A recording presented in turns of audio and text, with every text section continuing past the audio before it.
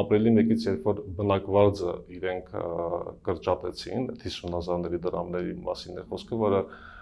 երևի միակ հաջողված սոցիալական ծրագիրն էր, ինչ տրամաբանություն էր, ասում է դե արցախցիները բնակվարձի ծրագրից չեն օգտվում, դրա համար այդ աջակցությունը կրճատում ենք։ Փոխվարչապետը այդ հանդիպման ժամանակ պարբերաբար նշում էր այդ դրույթը։ Ասում եք լավ, բայց տրամաբանությունը որտեղ է, թե ես շահառու եմ 2026 թվականին բնակարանային ապահովման ծրագրից։ Մի դուք ապրիլի 1-ից կրճատում եք, այսինքն որտեղ է այդտեղ տրամաբանությունը։ Այն դեպքում հայտարարում է, որ 1000 հոգի այդ սերտիֆիկատները վերցրել են, բայց ընդամենը 100 հոգի են օգտվել։ Լավ պատճառը որն է, որտեղ բանկային նույն այդ հիպոթեկային առումով ունենք բանկային խնդիրներ։ Արցախցիների մի զգալի մասը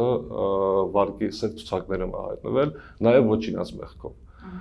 Ինչպես գիտեք, 44 օրյա պատերազմից հետո, նաև բլոկադայի ժամանակ նույն երկու կառավարությունները ստանձնել են որոշակի պարտավորվածությունների վարկայի մասով, ուշացրել են մարդիկ ոչ իրենց մեղքով հայտնվել են սև ցուցակներում, մի բանկերը հիպոթեք չեն տրամադրում։ Այսինքն խնդիրները բազմաթիվ են եւ իրենց որոշումների մեջ իրականում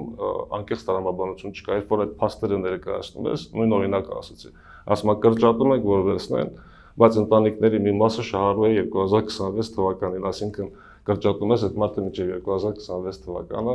հայտնվի փողոցում, կամ պիտի հայտնվի փողոցում, կամ պիտի արտագաղթի, այսինքն այլ լեզու չկա։